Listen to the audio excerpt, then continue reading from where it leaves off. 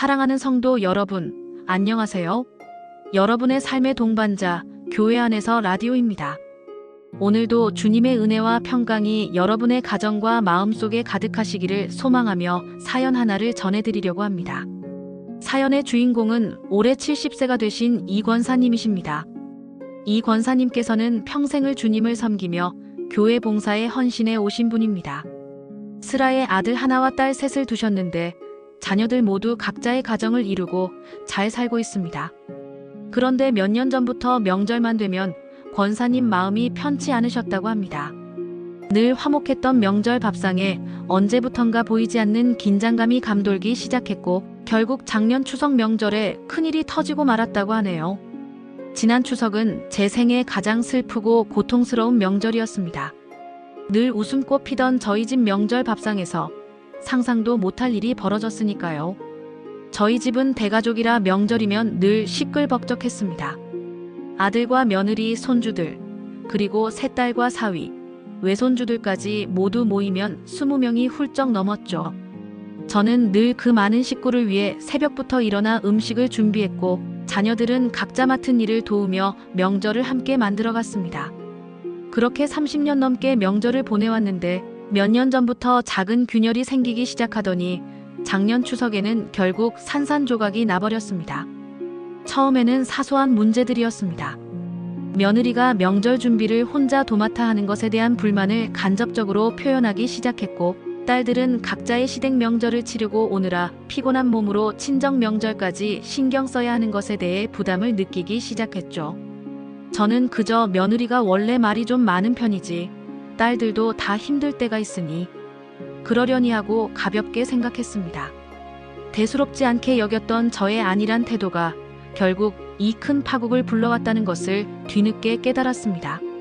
문제는 바로 명절 준비였습니다. 예전에는 맏며느리인 저희 며느리가 저와 함께 주방에서 모든 음식을 도맡아 했고 딸들은 설거지나 상차림 같은 잔일을 도왔습니다. 그런데 몇 년 전부터 며느리가 혼자서는 너무 힘들다며 딸들에게도 함께 음식 준비를 요구하기 시작했습니다. 처음에는 딸들도 언니가 힘드니까 당연히 도와야지 하며 기꺼이 도왔습니다. 하지만 그 방식과 태도에 문제가 있었습니다. 며느리는 자신의 어려움을 이해받고 싶어 했지만 그 표현 방식이 때로는 날카로웠고 딸들은 자신들의 상황을 고려하지 않는 일방적인 요구라고 느꼈던 것입니다. 서로의 입장을 헤아리기보다는 자신의 힘듦만을 앞세우다 보니 작은 오해가 쌓여갔습니다. 그러던 작년 추석 아침이었습니다. 새벽부터 나와 주방에서 전을 부치고 있는데 며느리와 둘째 딸이 큰 소리로 다투는 소리가 들려왔습니다.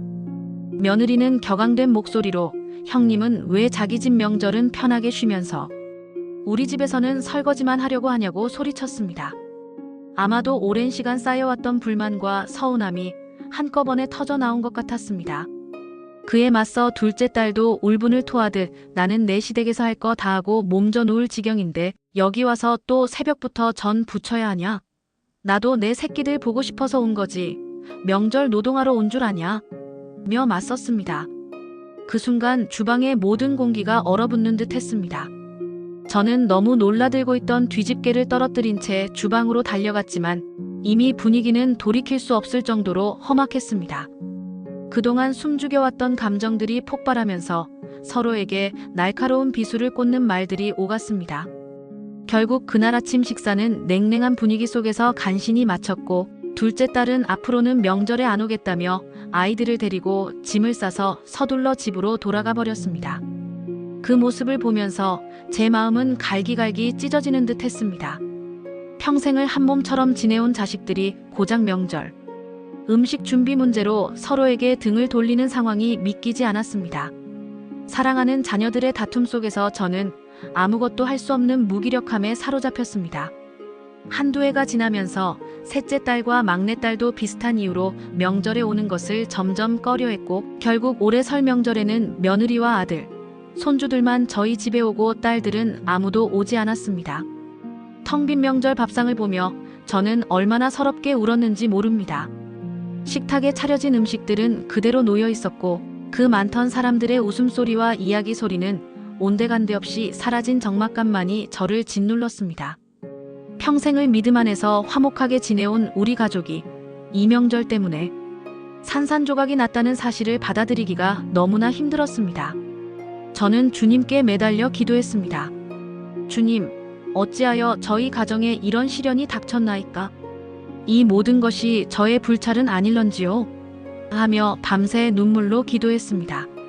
이 권사님의 사연, 정말 가슴이 아프고 먹먹해지는 이야기입니다.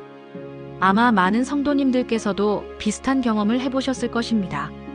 명절이라는 이름 아래 모인 가족들이 오히려 서로에게 상처를 주고 관계가 틀어지는 경우를요. 우리는 이 권사님의 사연에서 몇 가지 문제점을 발견할 수 있습니다. 첫째는 여성들에게 집중된 명절 노동입니다. 명절 준비는 전통적으로 여성들의 몫으로 여겨져 왔고, 특히 맏며느리에게 그 부담이 크게 지워지는 경우가 많습니다. 시대가 변하면서 여성들의 사회활동이 늘어나고 가치관이 변화하고 있음에도 불구하고 이러한 불균형은 여전히 많은 가정에서 갈등의 씨앗이 되고 있습니다. 둘째는 소통의 부재입니다. 며느리와 딸들 사이에 불만과 서운함이 쌓여갔지만 아무도 먼저 나서서 그 문제를 대화로 풀려고 노력하지 않았습니다. 각자 자신의 힘듦만을 주장하며 상대방의 입장을 이해하려 하지 않았죠. 결국 작은 불씨가 큰 불이 되어 가족관계를 파괴하는 결과를 낳은 것입니다. 셋째는 전통과 변화 사이의 괴리입니다. 명절은 전통을 중요시하는 날이지만 그 전통을 고수하는 것이 오히려 가족 간의 사랑과 화합을 해친다면 우리는 어떻게 해야 할까요? 과거의 방식만을 고집하는 것이 과연 주님께서 원하시는 가족의 모습일까요? 이러한 문제들을 보면서 우리는 과연 이 권사님 가정이 어떻게 이 어려움을 극복할 수 있을지 함께 고민해 보아야 합니다. 분명한 것은 이 모든 문제의 해결책은 주님 안에서 찾아야 한다는 사실입니다. 이 권사님께서는 명절이 지난 후 한동안 식음을 전폐하고 슬픔에 잠겨 지내셨다고 합니다. 가족들의 불화와 깨어진 관계 앞에서 권사님은 모든 기력을 잃으셨고 그 어떤 위로의 말도 귀에 들어오지 않았다고 합니다. 그러던 어느 날 잠결에 하나님의 음성이 들리는 듯 했다고 합니다. 마치 광야에서 길을 잃은 이스라엘 백성에게 주님께서 말씀하시듯 권사님의 마음에 잔잔하지만 분명한 울림으로 다가왔다고 합니다.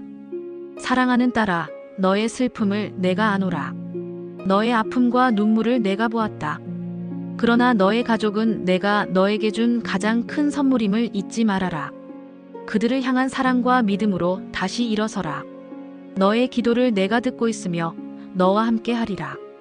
이 음성에 권사님은 크게 깨달으셨다고 합니다. 물론 명절 문화의 변화도 중요하지만 그보다 더 중요한 것은 가족을 향한 흔들리지 않는 사랑이라는 것을요. 그리고 권사님께서는 다시금 주님께 간절히 기도하기 시작하셨습니다.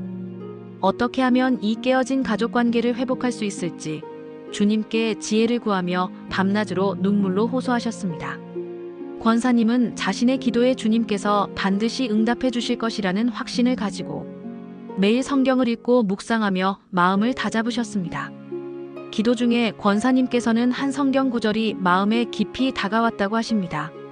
바로 잠언 15장 1절 말씀입니다.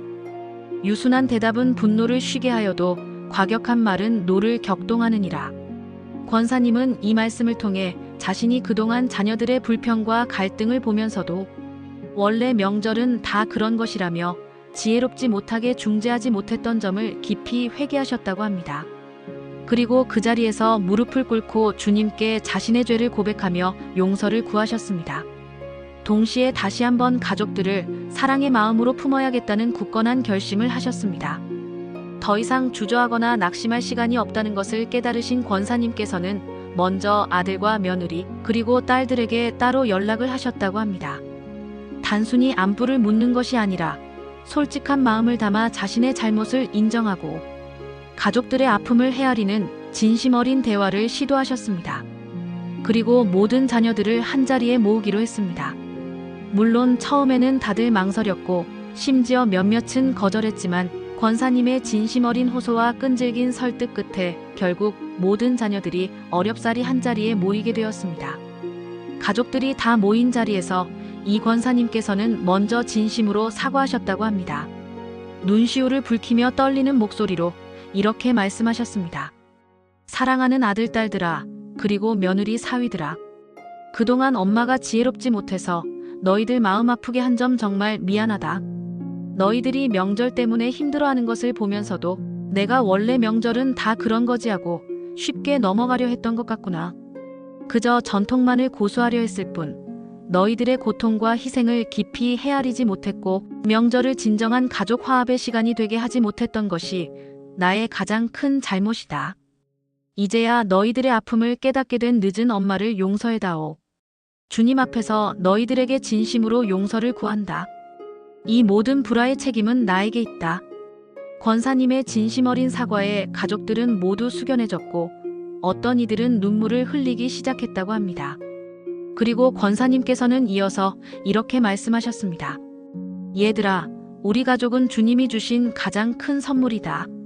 세상 어떤 재물이나 명예보다 귀하고 소중한 것이 바로 너희들이다. 명절이라는 형식이 중요한 것이 아니라 우리가 서로 사랑하고 존중하는 마음이 가장 중요한 것 아니겠니? 이제부터는 우리가 함께 모여서 지혜를 모으자. 어떻게 하면 모두가 기쁘고 행복하게 명절을 보낼 수 있을지 서로의 의견을 존중하며 함께 고민하고 함께 결정하자꾸나. 어떤 결정이든 엄마는 너희들의 의견을 따를 것이다. 오직 우리 가족이 다시 사랑 안에서 하나가 되는 것이 엄마의 가장 큰 소원이다. 이 권사님의 진심 어린 고백과 사랑이 담긴 제안에 그동안 마음속에 쌓였던 며느리와 딸들의 서운함과 불평이 터져나오기 시작했습니다. 며느리는 자신이 맏며느리로서 겪었던 명절 음식 준비에 엄청난 부담감과 외로움을 토로했고 딸들은 각자의 시댁 명절과 친정 명절을 모두 챙겨야 하는 이중고의 고충을 이야기했습니다. 처음에는 다시 감정이 격해지고 서로를 비난하는 듯했지만 권사님께서는 인내심을 가지고 모든 자녀들의 이야기를 끝까지 들어주셨습니다. 중간중간 성경 말씀을 인용하며 서로를 비판하기보다 이해하고 용납해야 함을 상기시켜 주셨습니다. 마침내 서로의 입장과 마음을 이해하게 된 가족들은 함께 머리를 맞대고 해결책을 찾기 시작했습니다. 오랜 시간 진지한 논의 끝에 놀랍게도 그동안 상상하지 못했던 다음과 같은 혁신적인 결정을 내렸다고 합니다. 첫째, 명절 음식은 최소화하고 모든 가족이 분담해서 준비하기. 더 이상 특정 여성에게 명절 음식 준비에 부담을 지우지 않고 각자의 상황에 맞게 각자 잘하는 음식 한두 가지를 준비해 오거나 함께 모여 간단한 밀키트나 배달 음식을 활용하여 최소한의 상차림을 하기로 했습니다. 명절의 본질은 함께 식사하며 교제하는 것임을 깨달은 것입니다. 둘째, 명절 당일은 휴식과 교제에 집중하기. 명절의 의미가 조상님을 기리고 가족 간의 정을 나누는 것임을 다시 한번 되새기며 명절 당일에는 차례 준비를 제외하고는 모두가 함께 쉬고 즐거운 대화와 교제에 집중하기로 했습니다. 특히 주님 안에서 찬양을 부르고 함께 기도하며 서로의 삶을 나누는 시간을 가지기로 했습니다. 셋째, 서로의 입장을 이해하고 존중하며 공동의 의사결정을 따르기. 각자의 가족 상황과 형편을 이해하고 서로에게 배려하는 마음을 가지기로 약속했습니다. 이제는 모든 가족 구성원이 명절 준비와 진행에 대한 의견을 자유롭게 제시하고 민주적인 방식으로 공동의 의사결정을 내리며 그 결정에 모든 가족이 순종하기로 다짐했습니다. 넷째, 정기적인 가족 모임과 대화 시간 마련. 명절 외에도 가족들이 정기적으로 모여 소통하고 교제할 수 있는 시간을 마련하여 평소에도 서로의 삶에 관심을 기울이고 사랑을 나누기로 했습니다. 주님 안에서 서로를 사랑하고 용납하는 마음으로 가족관계를 이어가기로 다짐한 것입니다. 놀랍게도 이러한 결정이 있은 후 맞이한 지난 설 명절은 이 권사님 가족에게 가장 행복하고 평화로운 명절이 되었다고 합니다. 더 이상 주방에서 고생하는 며느리도 불평하는 딸들도 없었습니다. 모두가 함께 즐겁게 음식을 준비하고 함께 맛있는 음식을 나누며 서로의 안부를 묻고 격려하는 따뜻한 이야기를 나누었습니다. 특히 함께 드린 예배와 찬양 시간은 가족들에게 깊은 영적인 유대감을 선사했습니다. 권사님께서는 그 모습을 보며 눈물이 핑 돌았다고 합니다. 주님, 감사합니다. 주님께서 저희 가족을 다시 하나로 모아주셨습니다. 이 모든 것이 주님의 은혜입니다. 권사님의 가족은 이제 명절이라는 형식을 넘어 주님의 사랑 안에서 더욱 견고하고 아름다운 공동체가 되었습니다. 가족의 갈등과 아픔을 주님 안에서 해결하고 극복해 나간 이 권사님의 사연은 우리 모두에게 깊은 감동과 교훈을 줍니다. 진정한 가족의 사랑은 형식이나 전통에 얽매이지 않고 서로를 이해하고 존중하며 배려하는 마음에서 시작된다는 것을 이 권사님의 사연을 통해 다시금 깨닫게 됩니다. 사랑하는 성도 여러분, 명절은 우리에게 어떤 의미인가요? 단순히 의무를 행하는 날이 아니라 주님 안에서 가족의 소중함을 다시 한번 깨닫고 사랑을 나누는 축복의 시간이 되어야 합니다. 혹 여러분의 가정에도 명절로 인한 갈등과 아픔이 있다면 주님께 지혜를 구하고 사랑의 마음으로 먼저 손을 내밀어 보십시오. 그리고 가족들과 진심으로 소통하며 해결책을 찾아 나가십시오. 사랑은 오래 참고, 사랑은 온유하며 시기하지 아니하며, 사랑은 자랑하지 아니하며, 교만하지 아니하며, 무례히 행하지 아니하며, 자기의 유익을 구하지 아니하며, 성내지 아니하며, 악한 것을 생각하지 아니하며, 불의를 기뻐하지 아니하며, 진리와 함께 기뻐하고, 모든 것을 참으며, 모든 것을 믿으며, 모든 것을 바라며, 모든 것을 견디느니라. 고린도전서 13장 4절 7절 이 말씀처럼 주님의 사랑으로 가족들을 품을 때 모든 갈등은 녹아내리고 참된 평화와 화목이 찾아올 것입니다. 오늘 사연이 여러분의 가정에 주님의 은혜와 평강이 가득하기를 바라는 마음으로 작은 위로와 희망이 되었기를 바랍니다. 우리 모두 주님 안에서 사랑이 가득한 가정을 이루어가기를 간절히 소망합니다. 저희 교회 안에서는 언제나 성도님들의 삶의 이야기를 귀 기울여 듣고 주님의 말씀 안에서 함께 지혜를 찾아가는 채널이 되겠습니다.